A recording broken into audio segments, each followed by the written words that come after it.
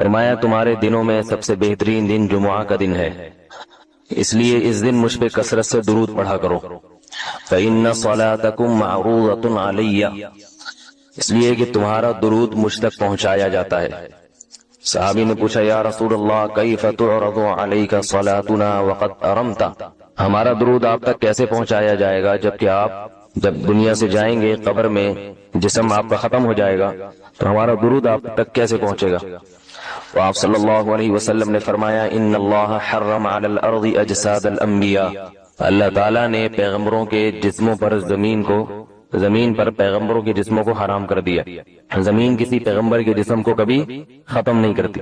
تو یہ بھی امت کا اجماعی عقیدہ ہے کہ جتنے بھی انبیاء ہیں ان کے جسم بالکل سلامت رہتے ہیں۔ شہداء میں تو یہ بہت زیادہ مشاہدہ ہوتا ہے، بہت سارے شہداء کے جسم سلامت رہتے ہیں۔ تو ایک اور حدیث میں آپ صلی اللہ علیہ وسلم نے فرمایا من صلی علیہ صلاۃ صلی اللہ بہا عشرہ، جس نے مجھ پر ایک دفعہ درود بھیجا۔ درود کہتے ہیں نبی صلی اللہ علیہ وسلم کے لیے اللہ تعالیٰ سے خصوصی رحمت کی دعا کرنا۔ ایک ہوتا ہے عام دعا کسی کے لیے بھی رحمت، صلات کہتے ہیں خصوصی رحمت جو اللہ اپنے خاص بندوں پہ کرتا ہے۔ اس لیے صلات کا جو لفظ ہے نا، یہ درود اور صلات یہ پیغمبر کے علاوہ کسی کے لیے جائز نہیں ہے، کیونکہ یہ صلات خاص کس کے خاصہ ہے؟ یہ پیغمبروں کا۔ اس لیے ہم اللہم صلی علی محمد تو کہہ سکتے ہیں، لیکن یوں نہیں کہہ سکتے اللہم صلی علی فلان۔ وہ صلی جو ہے نا، صلات یہ خاص قسم کی رحمتیں ہوتی ہیں جو اللہ پیغمبروں پر بھیجتے ہیں۔ کبھی قرآن میں آتا ہے اولئک علیہم صلوات من ربہم ورحمہ، کہ جو لوگ صبر کرتے ہیں ان پر اللہ کی خصوصی رحمتیں بھی ہیں اور رحمت بھی ہے۔ تو پتہ چلا صلات اور رحمت میں فرق ہے۔ صلات اعلیٰ قسم کی رحمتوں کو کہتے ہیں۔ تو آپ صلی اللہ علیہ وسلم نے فرمایا جس نے میرے لیے ایک مرتبہ رحمت کی دعا کی، درود شریف پڑھا میرے لیے، تو اللہ اس پر 10 رحمتیں بھیجتے ہیں۔ اور جمعہ کے دن زیادہ فضیلت ہے درود شریف پڑھنے کی۔ البتہ یہ جو جمعہ کے دن میں حدیث مشہور ہے کہ 80 سال کے گناہ معاف ہوتے ہیں جمعہ کے دن درود پڑھنے سے، یہ حدیث سند کے لحاظ سے کمزور ہے۔ لیکن یہ جو میں نے حدیث پڑھی کہ جمعہ کا دن سب سے بہتر دن ہے، فَأَكْثِرُوا عَلَيَّ مِنَ الصَّلَاةِ فِيهِ، لہذا اس دن مجھ پہ کثرت سے درود پڑھا کرو، یہ بالکل صحیح حدیث۔ جمعہ کا دن درود شریف کی اضافی فضیلت ہے، آج چونکہ جمعہ کا دن ہے اس لیے میں نے کہا کہ اس بارے میں تھوڑی سی بات کروں۔ ایک اور حدیث میں آتا ہے رسول اللہ صلی اللہ علیہ وسلم نے فرمایا لا تجعلوا قبری عیدا وصلوا علی فإن صلاتکم تبلغنی حیث کنتم، فرمایا میری قبر کو عیدگاہ نہ بناؤ۔ جیسے میلوں کی جگہ ہوتی ہے نا، میلے ٹھیلے، عید پہ جب سب لوگ جمع ہو کے خوشیاں مناتے ہیں، تو جیسے مزاروں پہ ہوتا ہے نا قوالیاں ہو رہی ہیں اور یہ میلے ٹھیلے ہو رہے ہیں آج کل دیکھا ہے، تو پہلے زمانے میں بھی جب کوئی نیک آدمی دنیا سے جاتا تھا تو لوگ اس کی قبر پہ دھرنے مار کے بیٹھ جاتے تھے، اور وہ مجاور اور یہ سب جو ہمارے یہاں ہوتا ہے۔ تو آپ صلی اللہ علیہ وسلم نے منع کیا کہ میری قبر کے ساتھ یہ کچھ مت کرو، البتہ مجھ پہ درود پڑھا کرو، اور فرمایا کہ تم جہاں سے بھی درود پڑھو گے یہ مجھ تک پہنچے گا۔ اور حدیث میں رسول اللہ صلی اللہ علیہ وسلم نے فرمایا ما من احد یسلم علی الا رد اللہ علی روحی فارد علیہ، کہ جب بھی کوئی مجھ پر سلام بھیجتا ہے اللہ میری روح کو میرے جسم میں لوٹاتے ہیں اور میں اس کے سلام کا جواب دیتا ہوں۔ اب یہ کیسے ہوتا ہے؟ چونکہ یہ برزخی زندگی میں ہے، لہذا اس کی کیفیات میں اور گہرائی میں جانے کی اجازت نہیں ہے۔ جیسے اللہ بہتر سمجھتے ہیں یہ ہوتا ہے، اس کی حقیقت کا ہمیں علم پوری طرح نہیں ہے، برزخی زندگی ہے۔ اور حدیث میں آتا ہے رسول اللہ صلی اللہ علیہ وسلم نے فرمایا کہ رغم انف رجل ذکرت عنده فلم یصلی علی، اس شخص کی ناک خاک آلودہ ہو جائے جس کے سامنے میرا نام لیا جائے، میرا تذکرہ ہو اور وہ مجھ پہ درود نہ پڑے۔ ایک اور حدیث میں آپ صلی اللہ علیہ وسلم نے فرمایا البخیل من ذکرت عنده فلم یصلی علی، وہ شخص کنجوس ہے، بخیل ہے جس کے سامنے میرا نام آئے اور مجھ پہ درود نہ پڑے۔ یعنی اتنی بڑی شخصیت اور اتنے بڑے محسن اعظم کا تذکرہ آ رہا ہے اور اس کی زبان سے دعا بھی نہیں نکلتی، تو اس سے بڑا کنجوس دنیا میں کون ہو سکتا ہے؟ ایک اور حدیث میں آپ صلی اللہ علیہ وسلم نے ایک شخص کو دعا مانگتے ہوئے دیکھا جس نے درود شریف پڑھے بغیر دعا شروع کر دی، تو آپ صلی اللہ علیہ وسلم نے فرمایا اس نے دعا میں جلدی کی ہے۔ پھر فرمایا تم میں سے جب کسی شخص کو دعا مانگنی ہو پہلے اللہ کی حمد و ثنا پڑھے پھر مجھ پر درود بھیجے۔ قرآن مجید میں بھی اللہ نے حکم دیا ان اللہ وملائکتہ یصلون علی النبی، کہ اللہ اور اس کے فرشتے، اللہ بھی رحمت بھیجتے ہیں اور فرشتے بھی رحمت کی دعا کرتے ہیں۔ یا ایھا الذین آمنوا صلوا علیہ وسلموا تسلیما، اے ایمان والو تم بھی محمد صلی اللہ علیہ وسلم پر درود بھیجا کرو اور سلام بھیجا کرو۔ درود اور سلام میں فرق یہ ہے کہ درود اللہ کی رحمت اور سلامت کہتے ہیں کہ ہر برائی سے ہر مشکل سے، ہر مصیبت سے بچائے. تو کمال جبھی ہوتا ہے جب اللہ ہر شر سے بچا لے اور اضافی رحمتیں بھی بھیجے. تو علماء نے درود شریف کی حکمتوں میں لکھا ہے کہ درود شریف جو اللہ نے ہمیں پڑھنے کا حکم دیا، اس کی بنیادی وجہ تو سب کو معلوم ہے کہ سب سے زیادہ احسانات اس کائنات میں اللہ کے بعد کس کے ہیں؟ محمد صلی اللہ علیہ وسلم. تو آپ صلی اللہ علیہ وسلم کے احسانات سب سے زیادہ ہیں انسانیت پر. انسان کو انسان آپ صلی اللہ علیہ وسلم نے بنایا، اور اہل اسلام تو سب سے زیادہ ان احسانات کے تلے دبے ہوئے. تو ہم کوئی بھی عبادت اگر کر رہے ہیں، دعا بھی اگر مانگ رہے ہیں، تو یہ بھی کس کی وجہ سے توفیق مل رہی ہے؟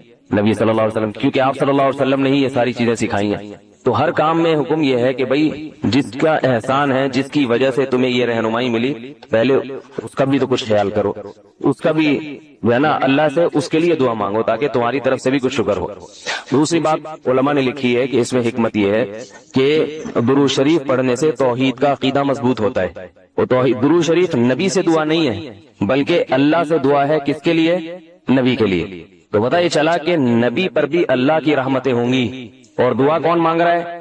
ہم مانگ رہے ہیں. تو اس میں نبی سے مانگنے کا دروازہ بند کر دیا کہ نبی سے مانگنے کا اسلام میں کوئی تصور نہیں ہے، بلکہ نبی کے لیے بھی اللہ سے مانگا جائے گا. تو جب نبی کے لیے بھی اللہ سے مانگنے کا حکم ہے تو اپنے لیے نبی سے کیسے مانگنے کا حکم ہو گیا؟ سمجھ میں آ رہی ہے بات کہ نہیں آ رہی؟ یعنی نبی کے لیے بھی کس سے مانگنے کا حکم ہے؟ اللہ سے. تو اپنے لیے کس سے مانگیں گے؟ بطریق اولا. بطریق اولا ہم پھر اللہ سے مانگیں گے. تو اس سے عقیدہ توحید مضبوط ہوتا ہے. اور تیسری بات یہ کہ علماء نے لکھا ہے کہ جب درود شریف پڑھیں تو اس نظریے سے نہ پڑھیں کہ نبی ہماری دعا کے محتاج ہیں. نبی اللہ کی رحمت کے تو محتاج ہیں، یہ تو درود شریف سے پتہ چلتا ہے، لیکن اللہ کی وہ رحمت اس وقت بھی ہوتی اگر ہم یہ دعا نہ مانگتے. تو ہمیں اس لیے ہے کہ ہم بھی انگلی کٹا کے شہیدوں میں نام لکھوا لیں. سمجھ رہے ہیں نا؟ اس کی حضرت مولانا اشرف علی تھانوی رحمہ اللہ نے بڑی پیاری مثال دی. فرمایا کہ جیسے کوئی بادشاہ اپنے شہزادے پر کچھ انعام کرنا چاہے، بادشاہ تو چاہتا ہے نا اپنی اولاد کو نوازنا، اپنے محبوب، شہزادہ اس کا محبوب ہوتا ہے.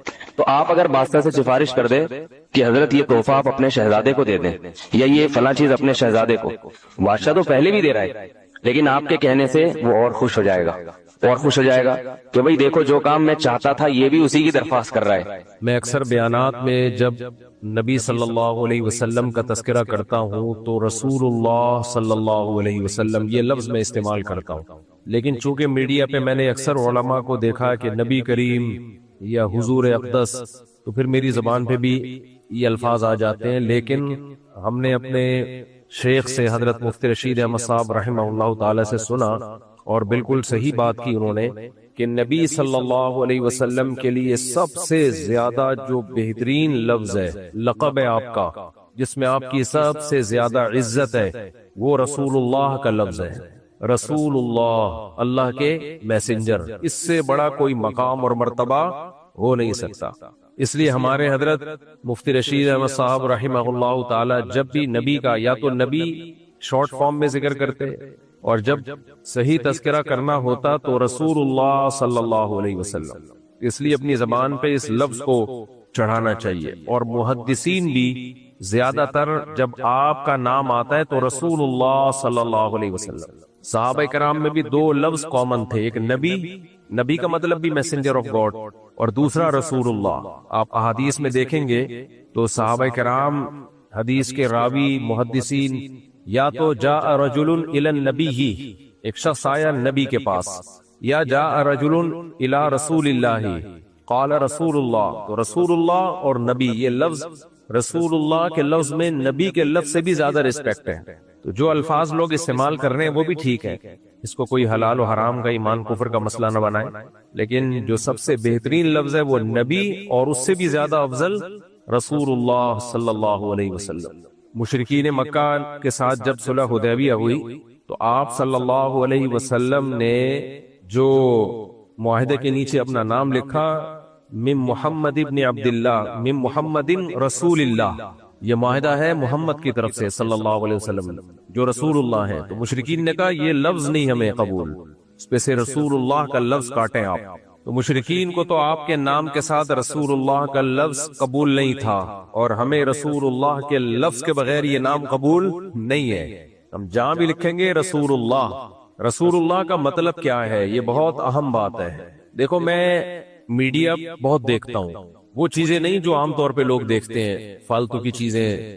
آپ نے دیکھا ہوگا جو شارٹ کلپس آج کل آ رہے ہیں نا، یہ ٹائم ویسٹنگ کا ایک بہترین ذریعہ ہے. پہلے کوئی لمبی لمبی ویڈیوز ہوتی تھی، لوگ دیکھتے رہتے تھے. اب کیا ہے، ایک ویڈیو، پھر دماغ کہتا ہے دوسری دیکھو، پھر کیا کہتا ہے. دیکھو دماغ کی نفسیات کیا ہے، دماغ کو مزے چاہیے، اور آنکھوں کے ذریعے، کانوں کے ذریعے دماغ جتنے مزے اڑا سکتا ہے اتنا کسی اور ذرائع سے نہیں اڑا سکتا.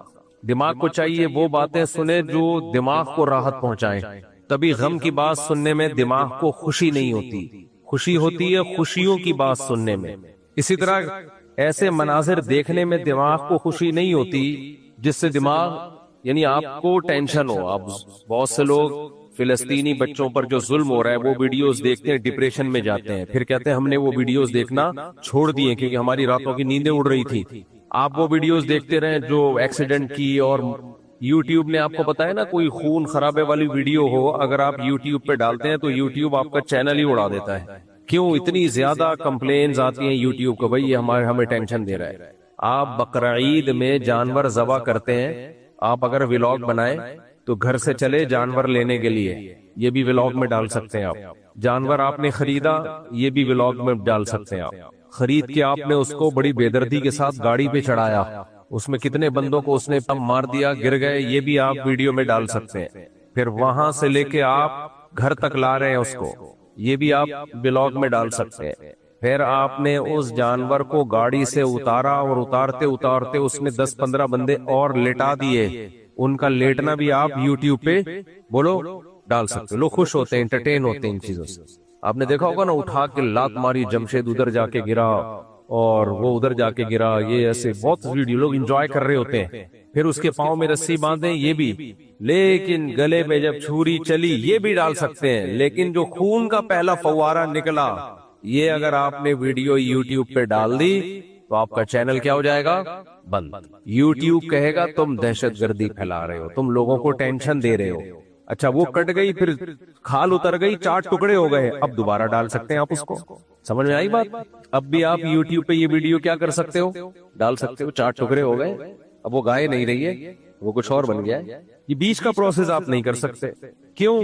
وجہ اس کی یہ ہے کہ بہت سے لوگوں نے کبھی زندگی میں بہتا ہوا خون دیکھا نہیں. مسلمان تو دیکھتے ہیں نا جب جانور کاٹتے ہیں، ہمارے لیے تو یہ نارمل ہے، غیر مسلموں کے لیے یہ نارمل نہیں ہے. پورے امریکہ میں، کینیڈا میں، جاپان میں مجھے کہیں نظر نہیں آیا کوئی بکرا کوئی ذبح کر رہا ہو. وہ سب سلاٹر ہاؤس میں بند کمرے میں ہوتا ہے، کسی کو نظر نہیں آتا. تو اس کا نتیجہ کیا نکلا؟ وہاں کے لوگوں کے جو دل ہیں وہ بہت ہی خون سے خوف کھاتے ہیں، خون نہیں نکلے بھائی.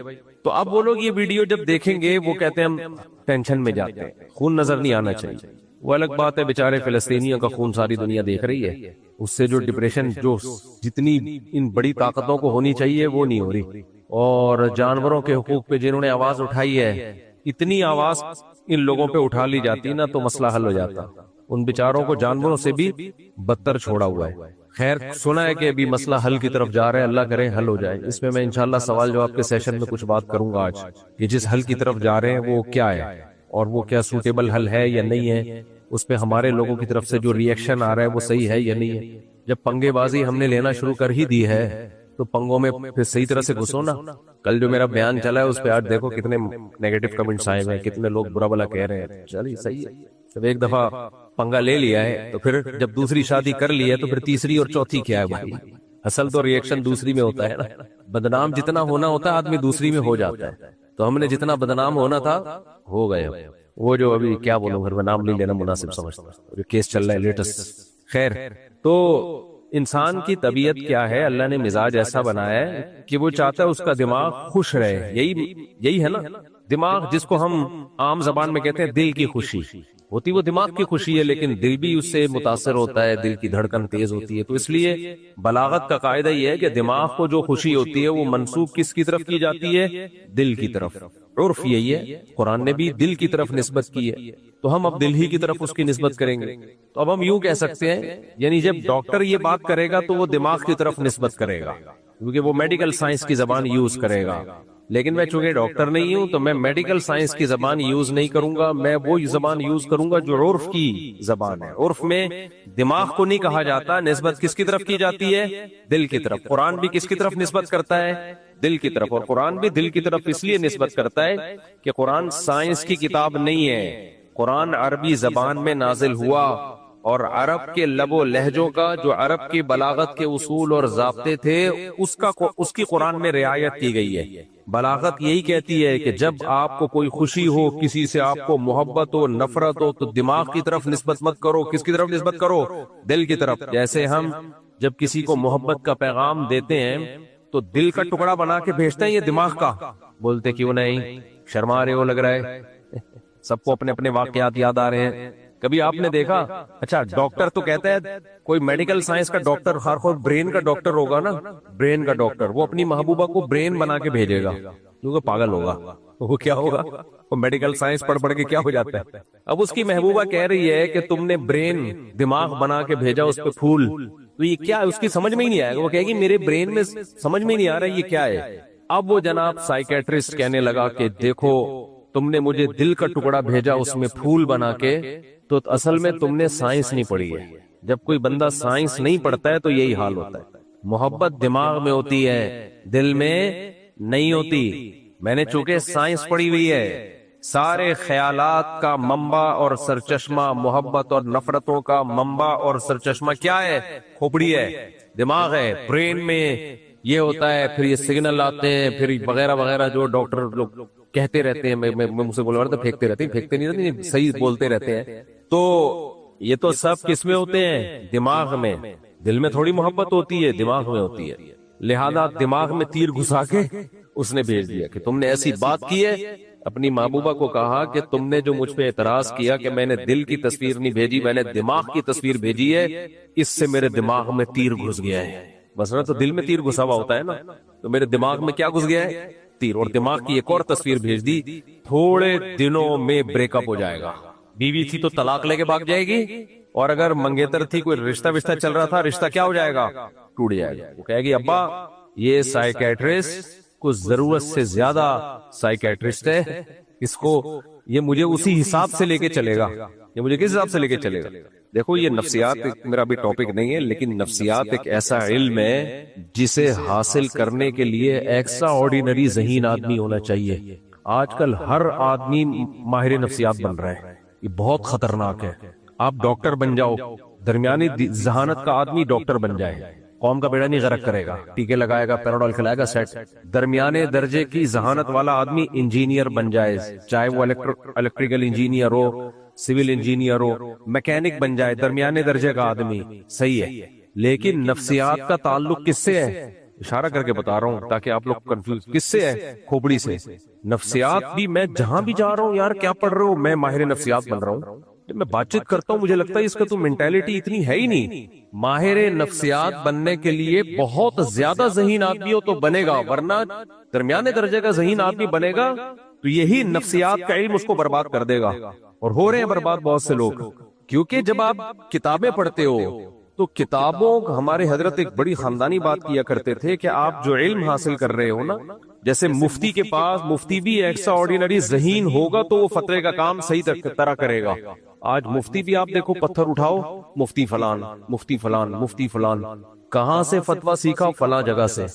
فلاں جگہ نے کہاں سے سیکھا کچھ پتا نہیں ہے، خود ہی اپنے نام کے ساتھ مفتی، بلکہ بعض لوگ تو میں نے دیکھے اپنے نام کے ساتھ خود ہی مفتی بھی، مفتی اعظم بھی لگا رہے ہیں۔ بھائی کس نے آپ کو مفتی اعظم بنایا؟ آپ سے پہلے کے جو بڑے بڑے علامہ تھے، علماء تھے، انہوں نے کیا آپ کو اتھارٹی دی ہے کہ آپ مفتی بن گئے ہیں؟ ایک سینئر ڈاکٹر بتائے گا نا جونیئر کو کہ اب یہ سینئر بن گیا ہے، یہ خود ہی بتاتا رہے گا آدمی میں یہ بن گیا، میں یہ بن گیا۔ جہاز میں جب آپ سفر کرتے ہیں ایک سینئر پائلٹ ہوتا ہے، اس کے ساتھ ایک کو پائلٹ ہوتا ہے۔ سینئر گواہی دیتا ہے کہ یہ جو کو پائلٹ ہے یہ سینئر ہو گیا ہے، سینئر لوگ گواہی دیتے ہیں، وہ اس کے ایگزام لیتے ہیں، وہ خود ہی کہنے لگے میں ہو گیا ہوں، بس سب کچھ میں ہی ہوں۔ کبھی کوئی کمپنی اس کو جہاز ہی اڑانے دے گی؟ تو اسی طرح ڈاکٹر میں، حکیم میں، انجینئرز میں، مفتیوں میں، سب جگہ یہی اصول کار فرما ہے کہ پہلے سے جو سینئر لوگ ہیں وہ گواہی دیں کہ ہاں بھائی یہ آدمی نے محنت کی ہے اور تحقیق کا کام کیا ہے اور اس کے پاس کھوپڑی بھی ہے اور یہ کرتے کرتے اب اس قابل ہے کہ اس میں فتویٰ دینے کی صلاحیت پیدا ہو گئی ہے. لیکن آج بہت سارے لوگ ایسے ہیں کہ میں خود ہی مفتی بن گیا اور پھر مفتی اعظم بھی خود ہی بن گیا, اور وہ لوگ مفتی جو جن چڑیل بھوت بھگا رہے ہیں. حالانکہ جو مفتی بن جائے نا وہ تو یہ کام کر ہی نہیں سکتا. یہ بالکل ایسے ہے جیسے کوئی M B B S doctor ہو اور پنچر کی دکان کھول کے بیٹھا ہوا ہو, سائیکلوں کے پنچر لگاتا ہو, موٹر سائیکل کے بھی نہیں, سائیکل کے پنچر. اب آپ اپنی بائک لے کر گئے اس کے پاس, آپ نے کہا یار یہ پنچر لگا دو. بیٹا آپ کرتے کیا ہو؟ انکل میں M B B S doctor ہوں, میں نے بحریہ یونیورسٹی سے M B B S complete کیا میں نے. آپ مان لو گے؟ چپ کیوں بیٹھے ہو؟ آپ بولو گے کیا بول رہا ہے یار, اگر تو ڈاکٹر ہوتا تو کم از کم پنچر کی دکان کھول کے بولو. ہاں ہم کہتے ہیں کہ تھا ڈاکٹر لیکن لگ گیا بزنس میں, یہ بھی سمجھ میں آتا ہے, کوئی بزنس کرنا شروع کر دیا. پنچر کی دکان اگر کھول کے بیٹھا ہوا ہے, وہی بائکوں کا پنچر, ٹرک کا پنچر بھی لگا رہا ہوتا ہے نا, ہم کہتے ہیں یار اس میں پیسہ بہت زیادہ ہے تو شاید اس کو کلینک سے زیادہ پیسہ یہاں مل رہا ہے. تو یہ جو جن چڑیل بھوت بھگانے والے لوگ ہوتے ہیں یہ اتنے لو لیول کے بلکہ گھٹیا لیول کے لوگ ہوتے ہیں, ان کے پاس کبھی آپ بیٹھ کے ان کا پھینکنا سنو, یہ جھوٹ بلوت کے بغیر چلتا نہیں ہے یہ بزنس. کیونکہ کوئی کیس تو کر نہیں سکتا ان کے اوپر کہ تو نے فلاں سے اتنے. دیکھو ڈاکٹر نے آپ کو ٹیکا لگایا, آپ کا بخار ٹھیک ہونے کے بجائے انا للہ ہو گیا, کیا خیال ہے؟ آپ کیس کر سکتے ہو کورٹ میں, کورٹ ڈاکٹر کو بلائے گی, بتا ٹیکا کون سا لگایا, ڈاکٹر کہے گا یہ والا لگایا. کورٹ دوسرے ڈاکٹروں کو بلائے گی, دیکھو بھائی اس بیماری میں یہ والا ٹیکا یہ والے کولے پہ بنتا ہے کہ نہیں بنتا, کیا خیال ہے؟ ہو سکتا ہے ٹیکا صحیح ہو, جو کولا ہے وہ صحیح منتخب نہ کیا ہوا ہو. رائٹ کولے پہ لگانا تھا, لیفٹ پہ ویسے ہی بیچارے کے بیٹھنے کی جگہ نہیں تھی, کوئی پھوڑا ووڑا نکلا تو تم نے وہیں کیوں ٹھوک دیا, وغیرہ وغیرہ. اس کو ٹریس کیا جا سکتا ہے, کیا خیال ہے؟ کیا ہو گیا بھائی؟ پکڑا جا سکتا ہے نا اس کو, عامل کو پکڑا جا سکتا ہے. عامل نے کہا 1 کروڑ روپے لے آ, تیری بھاگی بھی بیوی واپس لے آؤں گا. کہاں لاؤں گا, رکھوں گا کہاں؟ پھر یہ چھوڑو, ہو سکتا ہے اپنے پاس بگا کے لے آئے, کیونکہ بہت سے عامل یہ کام بھی کرتے ہیں. 1 کروڑ روپے دے, تیری بیوی تیرے قدموں میں, یا سنگ دل محبوب تیرے قدموں میں. اب اگر اتفاق سے محبوب آ گیا, سب محبوب اتنے سنگ دل تھوڑی ہوتے ہیں, 100 میں کوئی ایک آدھ آ بھی جاتے ہیں, ان کو احساس ہوتا ہے کہ غلط کیا ہم نے, اور 99 نہیں آئے تو جو ایک آ گیا اس کو پھر یہ ڈائری میں لکھ لیتے ہیں, دیکھو ہم نے اس کو تعویذ دیا تھا اور اس کی محبوبہ بھاگی بھی واپس آ گئی.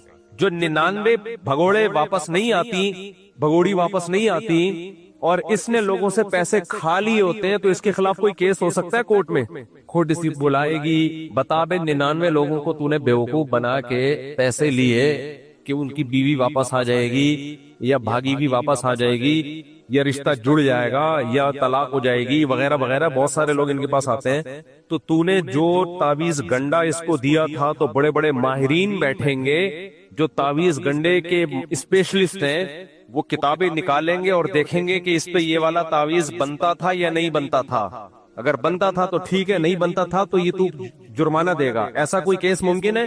نہیں. اگر یہ جج کے پاس چلا جائے نا, جس بندے کی واپس نہیں آئی, اور کہ میں نے اس عامل کو 1 کروڑ روپے دیے کہ میری والی کو واپس لے آئے گا, اس نے مجھے یہ تعویذ دیا, جج صاحب یہ والا تعویذ غلط دیا, اس پہ کیس کیا جائے. اور جج اس عامل کو بلائے, یہ والا تعویذ غلط ہے. عامل کہے گا کیا دلیل ہے یہ والا تعویذ غلط ہے؟ خوب سمجھ لو, جس چیز کے غلط ہونے کی دلیل نہیں ہو سکتی نا, اس کے صحیح ہونے کی بھی دنیا میں کوئی دلیل نہیں ہوتی. بہت اہم بات کہہ گیا ہوں, اللہ کرے کھوپڑی شریف میں آ جائے. جس چیز کے غلط ہونے کی دلیل نہیں دی جا سکتی, اس کے صحیح ہونے کی دلیل بھی نہیں دی جا سکتی, کیونکہ آئنسٹائن کہہ گیا ہے نظریہ اضافت میں کہ یہاں ہر چیز کو اس کے اپوزٹ سے پہچانا جاتا ہے. روشنی, اگر اندھیرا نہ ہوتا روشنی کا پتہ چلتا روشنی کی کیا ڈیفینیشن ہے؟ روشنی نہ ہوتی تو اندھیرے کا پتہ چلتا اندھیرے کی کیا ڈیفینیشن ہے؟ گندا نہ ہوتا تو صاف کا پتہ چلتا. ابے کیا ہو گیا, چپ نہیں بیٹھا کرو, میرے بیان میں جب آؤ نا تو ناشتہ کر کے چائے پی کے آیا کرو, تمیز سے رسپانس دیا کرو مجھے. میلا, میلے کے مقابلے میں کیا ہے؟ صاف. ہمیں کچھ نظر آ رہے تھے میلے کچیلے. اچھا انگریزوں میں نہیں ہے میلے, یعنی صفائی سڑکوں وڑکوں میں. میں بھی امریکہ گیا تو وہاں کسی نے مجھے بتایا کہ پاکستانی جو نئے نئے یہاں پر آتے ہیں, انگریز کو بتا رہے ہوتے ہیں بالکل خالص چیز ہے. تو گورے ہنستے ہیں, تو کیا کہتے کیا مطلب 2 نمبر چیزیں بھی بیچتے ہو تم کیا؟ یعنی وہاں جب کوئی نیا نیا دیسی جاتا ہے نا تو چیز بیچنے کے لیے انگریزوں کو بتا رہا تھا بالکل 1 نمبر گھی ہے، 1 نمبر. تو گورے دائیں بائیں دیکھ رہے ہوتے ہیں حیرانگی سے، کیا مطلب 2 نمبر بھی ہے تمہارے پاس؟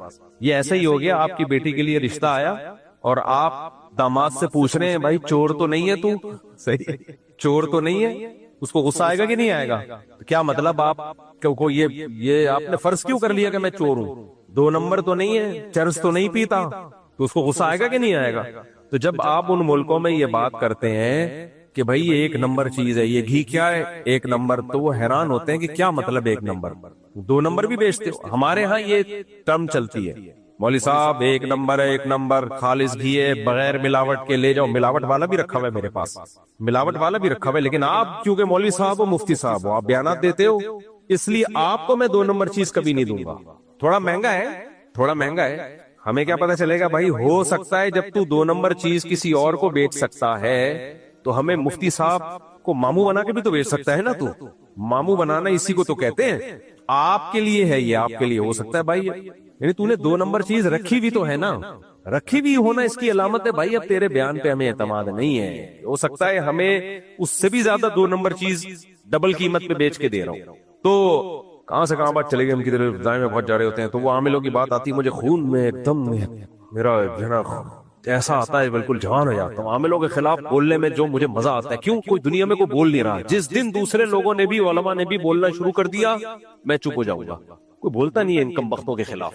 تو اصل میں علماء بھی اس وہم میں مبتلا ہے کہ شاید ان کے پاس کچھ علوم ہیں. یہ حقیقت بتاؤ، دیکھو علماء کے پاس دین کا علم ہوتا ہے، تو وہ یہ سمجھتے ہیں کہ نہیں عاملوں کے پاس کچھ علوم شاید کچھ ہو. تو میں ان کو تسلی دلا رہا ہوں کچھ بھی نہیں ہے، یہ کچھ نہیں کر سکتے. ہاں تو میں بتا رہا تھا جس چیز کے صحیح ہونے کے غلط ہونے کے دلائل قائم نہ کیے جا سکیں، اس کے صحیح ہونے کے دلائل بھی بولو نہیں ہوتی وہ ہوا پہ چل رہا ہوتا ہے. جتنے علوم ہیں نا ان لوگ کے پاس، جن چڑیل بھوت بھگانے کی، یہ کوئی علوم نہیں ہے، ذہن میں رکھو. ایک پھینک رہا ہوتا ہے، دوسرے کیا کر رہے ہوتے ہیں؟ بیٹھ کے لپیٹ رہے ہوتے ہیں. دوسرا عامل آئے گا اس سے بڑی پھینکے گا، میں بیٹھ کے لپیٹتا ہوں. عام لوگ تو لپیٹ بھی نہیں رہے ہوتے، عام لوگ تو وہ کر رہے ہوتے ہیں کہ ماشاءاللہ کیچ کر رہے ہوتے ہیں، وہ عزت کے ساتھ کیچ کر رہے ہوتے ہیں، عزت کے ساتھ. حضرت جی بہت پہنچے ہوئے ہیں، تو کوئی پہنچا ہوئے نہیں ہے، پھینکو 1 نمبر گئے. تو میں یہ کر رہا تھا کہ وہ جج پہ وہ کوئی کیس نہیں ہوگا. تو بھی عاملوں کی لاٹریاں لگی ہوئی ہیں، تعویذ دے رہے ہوتے ہیں، 100 میں کوئی 1 آدھ کا تکا لگ گیا. وہ یہ، اور یہ بہت پرانا سا ہے. نبی کریم صلی اللہ علیہ وسلم کے دور میں کچھ نجومی ہوا کرتے تھے جو خبریں بتایا کرتے تھے، ان میں تکے بھی لگ جاتے تھے. تو آپ صلی اللہ علیہ وسلم نے فرمایا ان کم بختوں کے جنات سے رابطے ہوتے ہیں، یہ جاتے ہیں کچھ آسمان کی خبریں چوری کرتے ہیں جنات، اس میں 100 جھوٹ ملاتے ہیں.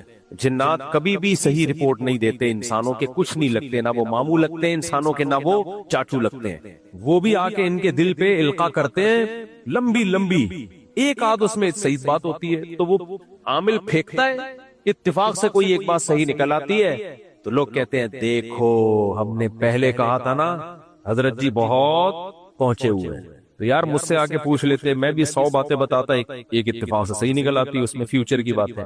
تو یہ تو کوئی بھی تجزیہ کرتا ہے، باتوں سے باتیں نکلتی ہیں. ایک اور بات یاد آئی، کچھ مسلم اسکالرز ایسے ہیں جنہوں نے ماضی میں کچھ پیش گوئیاں کی تھی، اور وہ پیش گوئیاں درست نکل رہی ہیں، خوب اچھی طرح سمجھو. اور وہ پیش گوئیاں ان کا دعویٰ یہ تھا ہم نے قرآن و حدیث کی روشنی میں کی ہیں، حدیث میں آتا یوں ہوگا، حدیث میں آتا یوں ہوگا. تو انہوں نے بہت ساری پیش گوئیاں کی، یہ اس پہ کلپ بنانا ہے لازمی.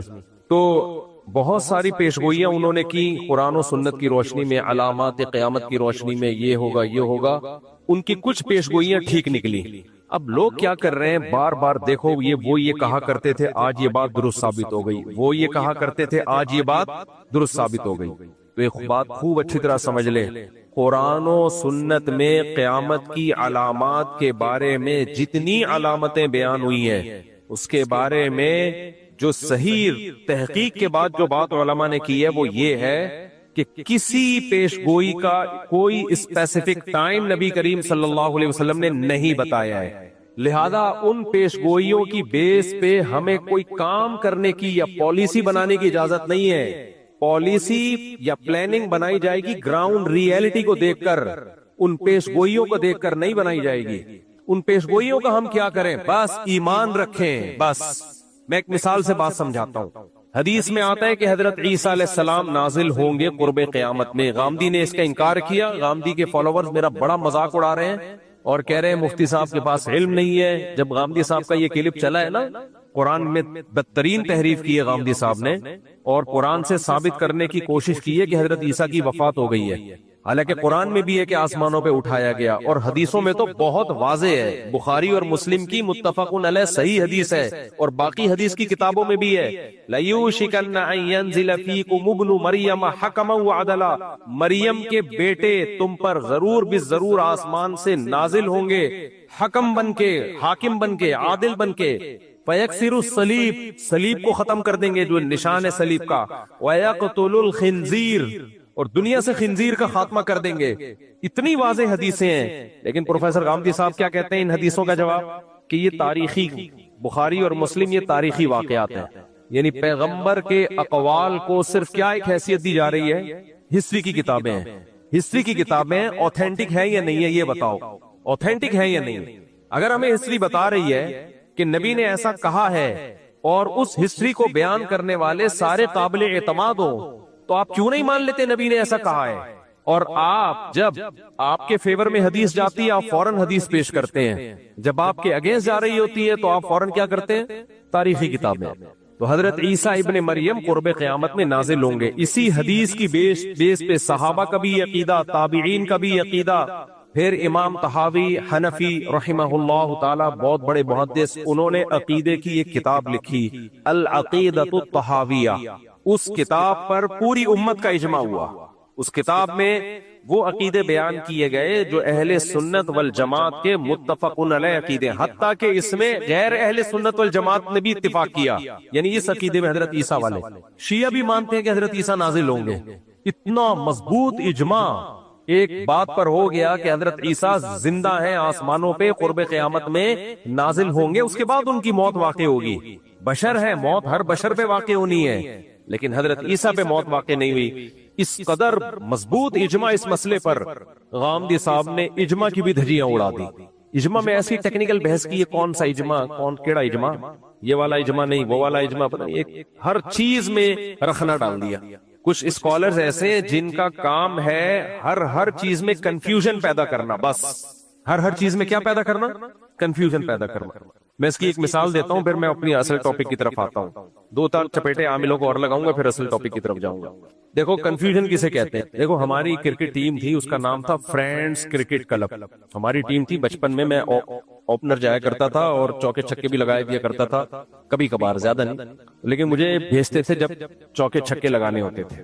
بیان میں بھی لوگ کہتے ہیں آپ چوکے چھکے لگا رہے ہوتے ہو. خیر، تو ہم کیونکہ بچے تھے، فرینڈز کرکٹ کلب ہماری ٹیم کا نام تھا، اور ہمارا مقابلہ ہوتا تھا میچور لوگوں سے، کیونکہ ہمارے محلے میں سب سے جونیئر ٹیم ہماری تھی. میٹرک کے بچے تھے اس میں، 8 9ویں اور میٹرک کے، اور جو ہمارا مقابلہ ہوتا تھا وہ سارے بڑے بڑے تھے، تو اس لیے ہم ہار ہی رہے تھے مسلسل. اب کرکٹ میں آپ کو پتا ہے ٹیشن بازیاں بہت ہوتی ہیں. ٹیشن بازیاں پتا ہے نا، ایسے جیسے پہلے ہاریں گے پھر اس کے 6 مہینے تک تبصرے چلیں گے بلا وجہ. کیوں ہارے؟ اصل میں اس کو یہاں تھوڑا سا جو وکٹ کیپر ہے اس کو تھوڑا سا یوں کر دو، وہ تھوڑا سا کنفیوز تھا، وہ تھوڑا سا ڈپریشن میں محسوس ہو رہا تھا. ایسے بیکار قسم کے ٹی وی پہ ابے گیند بلہ ہے، اٹھا کے لگ گیا نہیں لگا، اتنا زیادہ اس کو بیٹ کے ویلیو دینا. اس لیے پاکستان ہارتا ہے مجھے غم نہیں ہوتا، لوگ ڈپریشن میں جا رہے ہوتے ہیں، ہائے ہائے ہار گیا. ابھی ہم امریکہ میں تھے، جو ہمارے ڈرائیور مجھے مشیگن سے لے کے جا رہے تھے، 5 گھنٹے کی ڈرائیو تھی. ایک اسٹیٹ ہے امریکہ کی مشیگن، وہاں سے وہ کون سی اسٹیٹ تھی، شکاگو. 4-5 گھنٹے کی ڈرائیو جا رہے ہیں، اور کرکٹ لگایا ہوا انہوں نے. اور پاکستان آخری بال ہے، آخری اوور چل رہا ہے، ہار رہا ہے، بہت ٹینشن. میں نے کہا بھائی تو گاڑی نہ ٹھوک دینا کہیں یار. میں نے کہا ہمیں تو پہلے سے پتا تھا ہار رہا ہے. کہہ رہے ہیں آپ کو کیسے پتا؟ میں نے کہا پتا ہے، سب کو پتا ہے کہ کیا ہوگا، اس میں کون سی ٹینشن کی بات ہے. کہہ رہے نہیں آخری اوور ہے، جیتنے کا پورا چانس ہے. تو میں نے کہا بھائی پہلے سے فرض کر لو ہار جائے گا، لہذا ٹینشن نہیں ہوگی، کیوں فرض کر کے بیٹھے ہوئے جیت جائے گا. اب وہ پٹھان تھے ہمارے دوست، ڈرائیونگ کر رہے، پشاور سوات کے تھے، جا رہے کہہ رہے اسٹریس ہو رہی ہے مجھے مفتی صاحب. وہ بھار گیا، پھر نا پتہ نہیں آؤٹ ہو گیا کیا ہو گیا، ویسے یوں نا، ہاں مفتی صاحب ہار گیا پاکستان. میں نے کہا یار مجھے شکاگو پہنچا دے، میری وہاں سے فلائٹ ہے. میں نے کہا دیکھو جنگ میں ہارا ہے یا جیتا ہے، کہہ رہے جنگ میں جیتا ہے. بس جو جنگ میں جیتے ہیں وہ کھیل کے میدانوں میں ہار جائیں. کوئی دیکھو مودی، میں جب بھی انڈیا کے خلاف بات کرتا ہوں انڈیا مراد نہیں ہوتا، مودی سرکار. انڈیا تو ہمارا پڑوسی ملک ہے، وہاں اردو بولنے والے، ہندی اردو ایک ہی زبان ہے، بہت سی چیزوں میں کلچر سیم ہے. 2010-11 تک وہاں کی جو گورنمنٹ تھی وہ پاکستان سے دوستی کی قائل تھی، دونوں ملکوں کے ویزے مل رہے تھے، دونوں ملک اکنامکلی ترقی کر رہے تھے، سمجھوتا ایکسپریس چلائی جا رہی تھی. یہ تو مودی نے آگے بڑھا کر کیا ہوا ہے. تو ہندوستان کے عوام کو اگر ہندوستان کو بچانا ہے تو مودی کو ہٹاؤ، کسی انسان کے بچے کو لے کر آؤ، اس صحیح آدمی کو لے کر آؤ. تو میں نے ان سے کہا، میں نے کہا دیکھو انڈین فلموں میں انڈیا بہت اچھی فائٹ کرتا ہے، اللہ معاف فرمائے کچھ فلمیں میں نے بھی بچپن میں دیکھی، اللہ معاف فرمائے، توبہ کر لیے. تو ہم پاکستانی فلم جب دیکھتے تھے تو اس میں جو مکہ لگاتا تھا نا ہیرو، ہمیں نظر آ رہا ہوتا 6 فٹ دور سے جا رہا ہے وہ مکہ، ڈیجن کی آواز ایسے آ رہی جیسے ایٹمی دھماکہ کیا ہے، اور ہیرو نے جس کو مکہ مارا ہے نہیں، یہاں سے گھمایا ہے، اور وہ حبیب بینک کی بلڈنگ سے اڑتا ہوا جا کے کراس کر کے گر رہا ہے. یہ فلموں کا حال تھا ہماری. تو یہ فلموں کی فائٹ ہے، سمجھ رہے ہو؟ انڈین فلموں کی فائٹ ایسی نہیں ہے. انڈین فلموں میں ایسا لگتا ہے کہ لگ گیا ہے ناک پہ، اور وہ ڈھن کی آواز نہیں آئے گی، تھوڑی سی انہوں نے اتنی رکھی ہوئی جتنی ناک پہ لگنے سے آنی چاہیے. تو میں نے کہا بھائی فلمی دنیا کے وہ ہیرو ہیں، اس میں دو رائے نہیں ہو سکتی.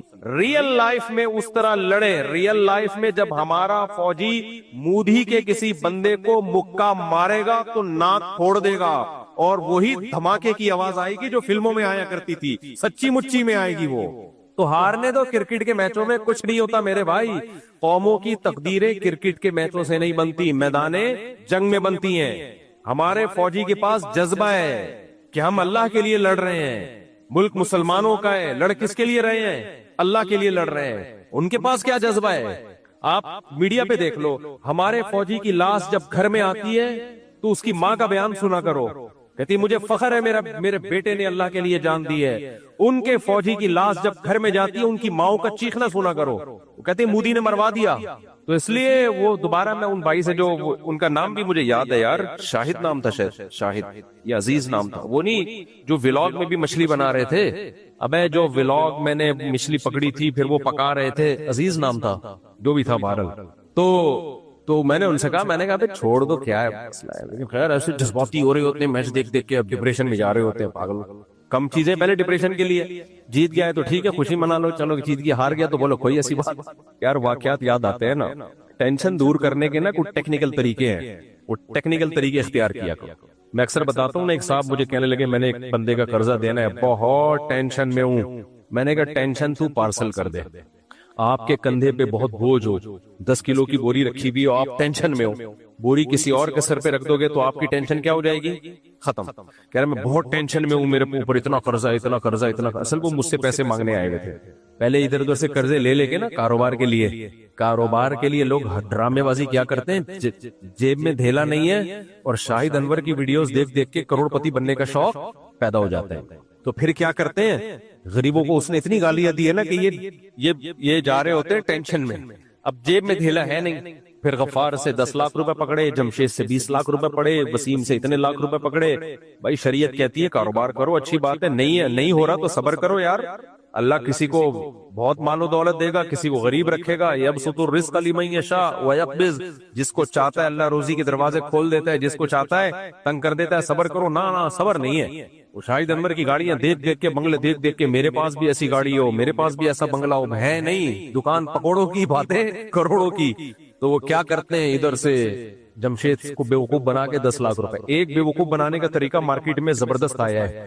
سوال پیدا جمشید نے 10 لاکھ دے کیوں دیے؟ میں بتاتا ہوں کیوں دیے. ہوتا یہ ہے، یہ لوگ ڈرامے باز کیا کرتے ہیں، میرے پاس کیسز آئے ہیں، ہوائی بات نہیں کر رہا، فرضی باتیں نہیں ہیں. یہ ڈرامے باز کیا کرتے ہیں، رفیع بھائی سے رابطہ کیا. اب رفیع بھائی کی چکی کے آٹا چل رہا ہے، میں نے کوئی کمیشن نہیں کھایا ہوا ان کا، جو ان کی چکی کے آٹے کی بتا رہا ہوں، مثال دے رہا ہوں. چکی کا آٹا چل رہا ہے، چلتا ہوا بزنس ہے، زبردست آٹا ماٹا بہترین. رفیع بھائی سے رابطہ کیا. رفیع بھائی ایک جمشید ہے، وہ آئے گا یہ چکی دیکھنے کے لیے، اس کو بول دینا یہ کاروبار میرا ہے، آپ کا نہیں ہے. اور ہو سکتا ہے کچھ کھانچا بھی، پیسے بھی پکڑا دیا. جو بھی آئے بولنا ہاں بھائی اس کا ہے. اب 2-4 بندے آئے، انہوں نے دیکھا یار اس کا تو چلتا ہوا بزنس ہے، آٹا اس کا اتنا دنیا میں جا رہا ہے، اس طرح بیوقوف بنایا لوگوں کو. دوسروں کا کاروبار کس کے نام پہ شو کیا؟ اپنے نام. اچھا ادھر جمشید سے لیے 10 لاکھ اور اگلے مہینے جمشید کو پروفٹ دے دیا 1 لاکھ. جمشید کی تو سبحان اللہ یار 10 لاکھ پہ ہر مہینے کیا مل رہا ہے؟ 1 لاکھ. 10 مہینوں میں تو یہ فوراً ریکوری. یہ سچی مچی میں ہو رہا ہے فراڈ. ادھر وسیم کو بولا ابے ادھر آ, میرا چلتا ہوا بزنس ہے, جمشید سے جا کے پوچھ, 10 لاکھ لیے تھے, ہر مہینے 1 لاکھ پروفٹ دے رہا ہوں اس کو. وسیم نے کچھ کہے بغیر ہی 20 لاکھ پکڑا دیے کہ اس کو 1 لاکھ دے رہا ہے تو میرے کتنے ہوں گے؟ 2 لاکھ. 2-3 بندوں کو دیے. اب محلے والے خود ہی آئیں گے آپ کے پاس. اب آپ نے تھوڑے سے نخرے دکھانے ہیں. کیا دکھانے؟ نخرے. اب آئے گا غفار, یار سنا ہے آج کل بڑا پروفٹ ہے, تیرے چکی کے آٹے چل رہے ہیں. اور صرف ایک بزنس تھوڑی, جوتوں کی دکان میں جا کے اس کو بولا, بندہ آئے گا اس کو بول دینا میرا ہے. کس کا بزنس ہے؟ میرا بزنس, اپنا نہیں ہے, میرا ہے, اس کے پیسے لے لے تو اتنے. اب 2 بندوں کو تو آپ نے بیوقوف بنایا, باقی خود بیوقوف بننے کے لیے آپ کی خدمت میں حاضر ہوں گے. غفار صاحب آئیں گے, یار سنا ہے تو جمشید کو 1 لاکھ روپے دے رہا ہے. اب میرے پاس فالتو ٹائم نہیں ہے بھائی, میرا چلتا ہوا بزنس ہے, بس کر یار, کسی اور کے پاس پیسے لگا یار.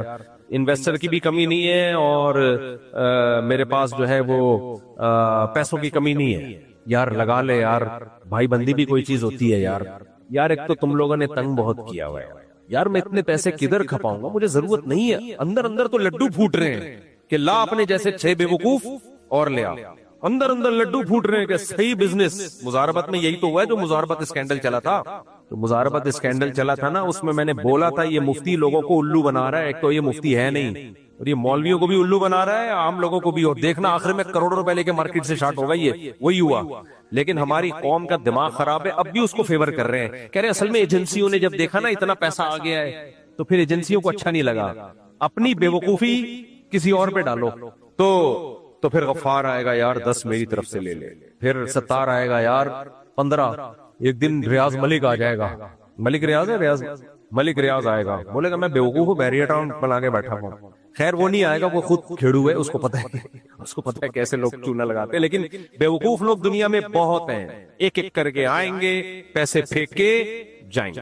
اس کے بعد جب آپ کے پاس ایک اچھا خاصا اماؤنٹ جمع ہوا, 2 اس کو پکڑا, ایک اس کو پکڑا, اس کے بعد پھر آپ مارکیٹ سے شارٹ. پیسہ تو آپ نے کہیں باہر منتقل کر دیا ہنڈی منڈی کے ذریعے. اس کے بعد پھر آپ روتے پھرو گے. اگر یہی رہنا ہے یا تو باہر بھاگ جاؤ, اور اگر یہی رہنا ہے باہر نہیں جانا تو آپ روتے پھرو گے. پھر آپ کبھی فلاں مفتی کے پاس, یار میں اتنا قرضہ چڑھ گیا میرے اوپر, کبھی کسی کے پاس, کبھی کسی کے پاس, خود چڑھایا ہے اور ابھی بھی کھا رہا ہے. کچھ لوگوں پہ تو سچی مچی کا قرضہ چڑھا ہوتا ہے, لیکن میجورٹی ایسے ڈرامے کر رہی ہوتی ہے. تو جو اس طرح قرضہ کھا کے آتے ہیں نا میرے پاس, کچھ اس میں صحیح بھی ہوتے ہیں لیکن ہوس کے مریض ہوتے ہیں. ڈرامے نہیں کیے ہوتے لیکن ہوس کا مطلب کیا ہے, کچھ بھی نہیں ہے, ادھر سے پیسے ادھر سے پیسے ادھر سے پیسے پکڑ کے بزنس میں لگا دیا اور لاس کر دیا. پھر وہ آتے ہیں, بھائی اتنا میں نے کاروبار میں پیسہ لگا دیا, میرا نقصان ہو گیا, مفتی صاحب کچھ تھوڑا سا تعاون ہو جائے گا. میں کہتا ہوں تیرا فائدہ ہوتا تو میرے ساتھ تعاون کرتا, تو کیا خیال ہے؟ پھر کہتا میرا دماغ ہے بھائی, پیسہ لے کے لگایا, نوٹ چھاپے, حماقت کی سزا مجھے دینے آ رہا ہے. جب تجھے کچھ تجربہ ہے نہیں, لوگوں کا پیسہ ٹھوک دیا تو نے, اس حماقت کی سزا کی تلافی حماقتیں تو کرے, تلافی کون کرے؟ زکات صدقے کے پیسوں سے اور لوگوں کی امانتوں سے یا اپنے پیسوں سے. میں نے کہا بھائی لوگ ہمیں اس لیے امانتیں نہیں دیتے کہ تم جیسے بے وقوفوں کے ساتھ ہم کیا کریں, تعاون. میرا اعلان یاد رکھو, کسی نے بھی کاروبار کے نام پہ قرضہ لے کے ڈبویا ہے, نہ میری فاؤنڈیشن اس کے ساتھ مدد کرے گی, نہ میں کوئی زکات صدقے کے نام پہ لوگوں کی امانت اس کو دوں گا.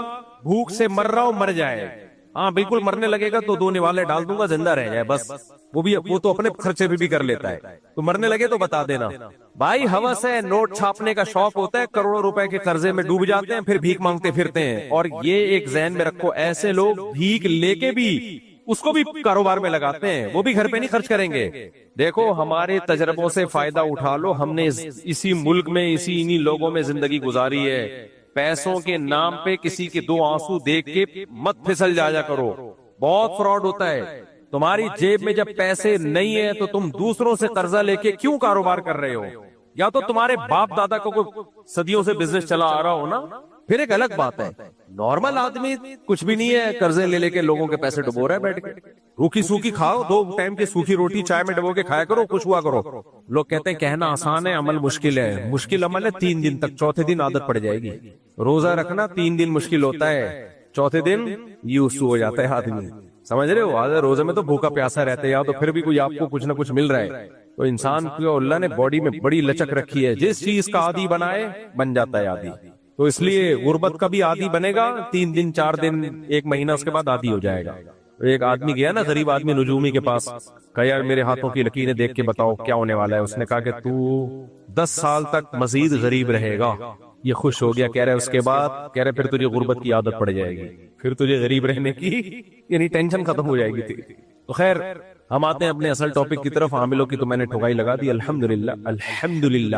تو ان کے مزے ہیں، جھوٹ بولتے رہو، پیسے چھاپتے رہو. جو عامل پیسے نہیں لیتے وہ بھی بڑے فراڈی ہوتے ہیں. وجہ اس کی ہے کہ ان کو ہدیے ودیے اتنے مل جاتے ہیں، ان کو پیسوں کی ضرورت ہی نہیں رہتی. تو ہاں ایک بات یاد رکھو، کچھ بزرگ ایسے ہیں جو اللہ والے بزرگ ہیں، وہ عامل نہیں ہیں. دیکھو کرامت ایک چیز ہے جس کا یہ ملحد لوگ، ایتھیس لوگ انکار کرتے ہیں، جبکہ اس کا وجود اہل اللہ سے کرامت کے صدور کا وجود قرآن سے حدیث سے ثابت ہے. پچھلی امتوں میں بزرگوں کے ہاتھوں پہ کرامتیں ہوئی ہیں، حالانکہ وہ کوئی موسیٰ علیہ السلام کے امتی تھے، کوئی عیسیٰ علیہ السلام کے امتی تھے، کوئی سلیمان علیہ السلام کے امتی تھے. آپ مجھے بتاؤ سلیمان علیہ السلام کا درجہ بڑا ہے، عیسیٰ موسیٰ علیہ السلام کا درجہ بڑا ہے، یا محمد صلی اللہ علیہ وسلم کا درجہ بڑا ہے؟ جب ان پیغمبروں کی امتیوں میں کرامتیں ہو سکتی ہیں تو محمد صلی اللہ علیہ وسلم کی امت میں کرامت کیوں نہیں ہو سکتی؟ تو کچھ ہمارے اکابر بزرگان دین ایسے گزرے جو عامل نہیں تھے، لیکن ان کی عبادت، ان کا تقوی ایسا تھا کہ اگر کسی کو کچھ بھی انہوں نے دم کر دیا وہ بندہ ٹھیک ہو گیا. کوئی بھی قرآنی آیات لکھ کے دے دی ان کو پرچی پہ، وہ ٹھیک ہو گیا. جیسے مفتی موسیٰ روحانی بازی رحمۃ اللہ علیہ، میں نے جب عاملوں کے خلاف بولنا شروع کیا تو بہت سے لوگوں نے کہا مفتی محمد موسیٰ روحانی بازی جو پنجاب کے بڑے بزرگ تھے وہ بھی تو تعویذ دے دیا کرتے تھے اور بندے ٹھیک ہو جایا کرتے تھے، تو کیا آپ ان کو بھی فراڈی کہہ رہے ہو؟ معاذ اللہ. اللہ میرے منہ میں وہ زبان نہ رکھے کہ میں اتنے بڑے بڑے بزرگوں کی بے ادبیاں گستاخیاں کروں. میں نے اس وقت یہ بیان کیا تھا، مفتی موسیٰ روحانی بازی رحمۃ اللہ علیہ اور میرے شیخ مفتی عبد الرحیم صاحب گواہ ہیں اس کے. بڑے سے بڑے کیس ہوتے تھے. مفتی موسیٰ روحانی بازی رحمۃ اللہ علیہ تعویذ دیتے تھے، جائز تعویذ. اہل حدیث تو ہر تعویذ کو شرک بولتے ہیں، ایسا نہیں ہے. اگر تعویذ کا مضمون شرکیہ نہیں ہے تو کہاں سے شرک؟ ایک تعویذ میں یا اللہ مدد لکھا ہوا ہے تو شرک کہاں سے ہو گیا؟ وہ تو فوراً ٹھیک ہو جاتا تھا ان کا کیس. یہ تو ہمارے جو استاذ ہیں عینی شاہد ہیں. تو میں نے بیان میں یہ بات کہی تھی کہ وہ عامل نہیں تھے، یہ ان کی کرامت تھی. کرامت تو ان کے بیٹے جامعۃ الرشید میں آئے، انہوں نے بتایا کہ ہمارے والد عامل نہیں تھے اور یہ کوئی علوم نہیں تھے، یہ ان کی کرامت تھی. اللہ نے، نبی کریم صلی اللہ علیہ وسلم نے فرمایا کچھ اللہ کے نیک بندے ایسے ہیں کہ وہ کسی بات پہ قسم اٹھا لیں تو اللہ اس قسم کو پورا کر کے چھوڑتا ہے. تو نیک لوگ کبھی بھی، یہ تو کچھ لوگوں نے ایسا امیج بنایا ہوا ہے کہ بزرگ ہی مارکیٹ سے شارٹ کر دیا، ایسا نہیں ہے. بزرگ قرب قیامت تک موجود رہیں گے. سمجھتے ہو گے نہیں سمجھتے؟ تو کوئی اس لیول کا بزرگ ہو تو اس کے ہاتھ پہ کرامت ظاہر ہو جائے. میں تو بزرگ نہیں ہوں نا، میرے ہاتھ پہ کرامتیں ہوتی ہیں. مجھے یاد ہے ایک دفعہ ایک بندہ آیا، اس کے بچی کی بیمار تھی، اس نے کہا مفتی صاحب پھونک لگا دو. میں نے کہا بھائی میں پھونکوں والی سرکار نہیں. انہوں نے کہا پلیز کائنڈلی. میں نے فاتحہ پڑھ کے پھونک دیا، وہ ٹھیک ہو گیا. مجھے کیا پتا تھا؟ میں نے کہا بھائی میرے کو علوم نہیں ہے، لیکن میں نے اس کو یہ بھی بتایا کہ تمہاری بچی ہو سکتا ہے ویسے ہی ٹھیک ہونے والی ہو. کیا خیال ہے؟ ویسے ہی ٹھیک ہونے والی ہو. اب تم نے پھونک. دوسرا بعض دفعہ انسان کو کا اللہ سے تعلق ہوتا ہے اور سورہ فاتحہ میں تو شفا ہے نا، تو اس کے لیے شف سرکار کے پاس جانے کی کیا ضرورت ہے؟ سمجھ میں نہیں آ رہی بات؟ یہ میں اس لیے کہہ رہا ہوں کہ بہت سے لوگ کہیں گے پھر جب آپ کے بزرگ کی کرامت ہو سکتی ہے تو شف سرکار کی بھی کرامت ہو سکتی ہے. کرامت سینٹر کھول کے بیٹھا ہوا ہے وہ. کرامتیں کبھی کبھار ظاہر ہوتی ہیں، کرامت سینٹر نہیں ہوتا کہ جو لنگڑا آ رہا ہے ٹھک ٹھک یوں کیا سیٹ ہو گیا، کرسی پہ بیٹھا ہوا ٹیڑھا میڑا، الائنمنٹ آؤٹ ہوئی ہے، پھونک لگائی الائنمنٹ صحیح ہو گئی. گاڑی کی الائنمنٹ کرتے بھائی، تو ہماری گاڑی ہر کھڈے میں آتی ہے، کراچی میں کھڈے اتنے، ہم تو الائنمنٹ صحیح کرتے رہتے ہیں. اور بزرگ بھی تو ہو، شوف سرکار بزرگ ہے. بزرگوں کا ڈریسنگ تو دیکھو. سب سے پہلی علامت بغیر داڑھی کا بزرگ اس کائنات میں پیدا ہی نہیں ہوا ہے. سمجھ رہے ہو؟ پوری داڑھی ہونی چاہیے. نبی کریم صلی اللہ علیہ وسلم کا حکم ہے بخاری مسلم میں، آف اللحا، داڑیاں بڑھاؤ. جو پیغمبر کے حکم کو فالو نہ کرے کھلے عام، وہ بزرگ کہاں سے ہو گیا؟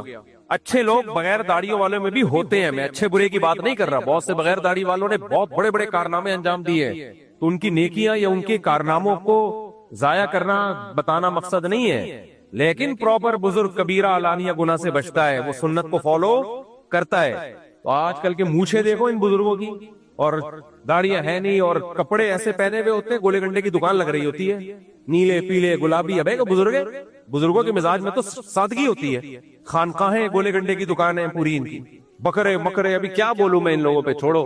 تو کیا بات چل رہی تھی, کہاں سے ہم چلے تھے؟ بسم اللہ الرحمن الرحیم. ہم تو کہیں اور نکل گئے. آج بات کہاں سے شروع ہوئی تھی؟ ذرا اسٹارٹنگ میں جاؤ نا.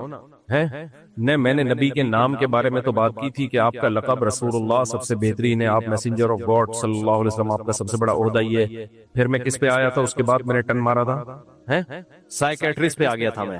تو سائیکیٹرسٹ کا میں ہاں دماغ اور دل کا کنیکشن بتا رہا تھا میں, دماغ اور دل کا کنیکشن. تو میں پھر آیا تھا سائیکیٹرسٹ پہ کہ یہ جو نفسیات کا علم ہے, میں بتا رہا تھا ہمارے حضرت مفتی رشید احمد صاحب رحمہ اللہ تعالیٰ فرمایا کرتے تھے کہ جس کے پاس کوئی علم ہے نا تو اس سے 10 گنا عقل زیادہ ہوگی تو وہ علم صحیح استعمال ہوگا, اور مفتی کے پاس جو علم ہے تو 100 گنا عقل زیادہ ہوگی تو وہ صحیح مفتی بنے گا. پھر تو میں یہ بتا رہا تھا کچھ شعبے ایسے ہیں جن میں بہت زیادہ عقل کی ضرورت نہیں ہے, جیسے ڈاکٹر ہے علاج کرتا ہے, بہت ذہین ہونا ضروری نہیں ہے, یا کوئی میکینیکل انجینئر ہے یا سول انجینئر ہے, یا ویسے ہی جو الیکٹرک انجینئر ہوتے ہیں مختلف شعبوں کے, جو سافٹ ویئر انجینئر وغیرہ وغیرہ. ہاں کچھ سافٹ ویئر بنانے والے لوگ ہوتے ہیں وہ تو پھر ان کی کھوپڑی الگ سے کھوپڑی انسٹال کروانی پڑتی ہے ان کو, بہت کمپیوٹر سائنس میں بہت زیادہ ذہین لوگ ہوتے ہیں, پھر وہ آگے چلتے ہیں.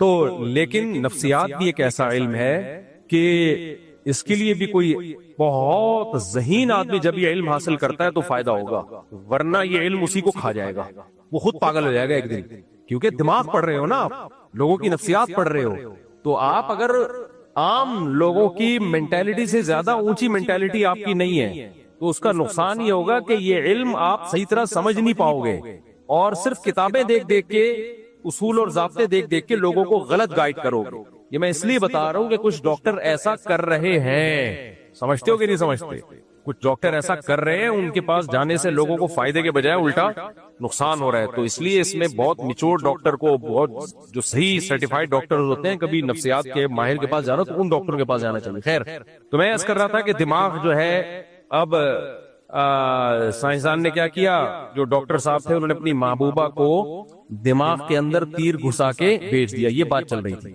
دماغ کے اندر, تو کیا کہا جائے گا کہ یہ ڈاکٹر صاحب کیا ہو گئے ہیں, پاگل ہو گئے. جہاں سائنس کو نہیں لاگو کرنا چاہیے وہاں بھی سائنس کو, اور یہ محبوبہ سے کہہ رہے ہیں محبت دل میں نہیں ہوتی, محبت کہاں ہوتی ہے, دماغ میں. لہذا میں نے یہ دماغ تمہیں, جتنے بھی گانے تھے شاعری تھی ساری چینج کر دی انہوں نے. یہ دل تم پہ دیوانہ ہے, نہیں یہ دماغ تم پہ کیا ہے, دیوانہ. اب کریکشن کرتے چلے جا رہے ہیں. تو تھوڑے دنوں میں ڈاکٹر صاحب کیا ہو جائیں گے. کل وہ کسی نے شارٹ کے لیے بھیجا کہ ایک آدمی کو بھولنے کی بیماری ہے, ڈاکٹر کے پاس گیا, ڈاکٹر صاحب مجھے بھولنے کی بیماری ہے. ڈاکٹر صاحب نے کہا دوبارہ بتانا, کہ بھول گیا کیا بیماری تھی, مجھے بھول گیا کیا بیماری تھی, بھولنے کی بیماری. اب بتاؤ ڈاکٹر تو تھوڑے دنوں میں پاگل ہو جائے گا, نہیں ہو جائے گا. تو اس قرآن نے بھی کس کی طرف نسبت کی, یہ چیزوں کی نسبت دل کی طرف کی ہے. تو میں وہ اس پہ شارٹ ویڈیوز پہ بات کر رہا تھا کہ آج کل ہو کیا رہا ہے. دیکھو دل کی عادت ہوتی ہے, دل کو اپنی راحت کی چیزیں چاہیے ہوتی ہیں, خوشی کی چیزیں چاہیے ہوتی ہیں, دل کو وہ چیز نہیں چاہیے جو اس کو ٹینشن دے. لہذا دل کیا کرتا ہے, جب ہم جاتے ہیں نا, جو شارٹ ویڈیوز دیکھ رہے ہوتے ہیں, رول کر رہے ہوتے ہیں, اس میں ہمارا دل کہتا ہے کہ یہ کتنی زبردست ویڈیو, اب دوسری ہونی چاہیے, تیسری ہونی چاہیے, چوتھی ہونی چاہیے, پانچویں ہونی چاہیے, چھٹی ہونی چاہیے. ٹھک ٹھک پوری رات لوٹنے لپانے لگے رہتے ہیں. جتنے بھی نفسیات کے ماہر ہیں, بلکہ مشاہدہ کر لو, یہ چیز دماغ کا بیڑا غرق کر دیتی ہے, انسان کی کھوپڑی کو تباہ کر دیتی ہے. یہ کسی ماہر نفسیات کی ایک ویڈیو سامنے آئی جس میں اس نے بتایا, ایسی علمی ویڈیوز میں دیکھتا ہوں, کہ فن لینڈ, یورپ کا ایک کنٹری ہے فن لینڈ, وہاں ہوا یہ کہ ان لوگوں نے بہت پیسہ خرچ کیا کہ بچوں کی کتابوں سے جان چھڑاؤ, اب ڈیجیٹل دور ہے, تو بچوں کو ٹیب دے دیا اور آن لائن ٹیچنگ شروع کر دی. سمجھ میں آ رہی ہے بات, کیا دے دیا بچوں کو, ٹیب. بھائی ٹیب میں یہ ساری کتابیں ہوں گی اور نیٹ سے ہی سب کچھ پڑھیں گے, اور اس کے پیچھے یہ فلسفہ تھا, اب کتابوں کی دنیا سے نکلو, اب ٹیچر کی دنیا سے نکلو, on line teaching, on line teacher, sub on line. بہت پیسہ خرچ کیا, اس کے جو بھیانک نتائج سامنے آئے نا, تو پھر اچھا میں نے یہ ویڈیو, فن لینڈ میں ہمارے دوست ہیں وہ ٹیچر رہے ہیں اسکول میں, پہلے ان کو بھیجی, کیونکہ انٹرنیٹ کی ہر خبر قابل اعتماد نہیں ہوتی, خوب سمجھ لو. لوگ کیا کرتے ہیں, کوئی دیکھا, کوئی کلپ دیکھا اور فوراً بیان داغ دیا, ابے بھائی ہو سکتا ہے پھینک رہا ہوں لمبی, ہمیں کیا پتا.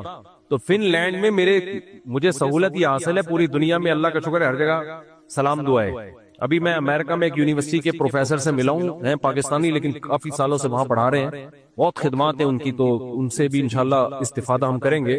اور میں نے کہا کہ اگلے ٹرپ میں آپ کی یونیورسٹی میں جاؤں گا، آپ کے لیکچر میں بیٹھوں گا انشاءاللہ میں، تو وہ ٹاپک کیا ہے وہ پھر بعد میں بتاؤں گا آپ کو، جس ٹاپک پر میں بات کروں گا۔ خیر، یہ ہمارے جو دیسی لبرل طبقہ ہے نا پاکستان میں، یہ بہت الو بنا رہے ہیں لوگوں کو۔ آج کل ایک انٹی آئی ہوئی ہیں، وہ پھینکتے جا رہی ہے، پھینکتی جا رہی ہے، لوگ لپیٹ رہے ہیں، کہہ رہی امام غزالی جو ہے نا، امام غزالی وہ سائنس کے خلاف تھے۔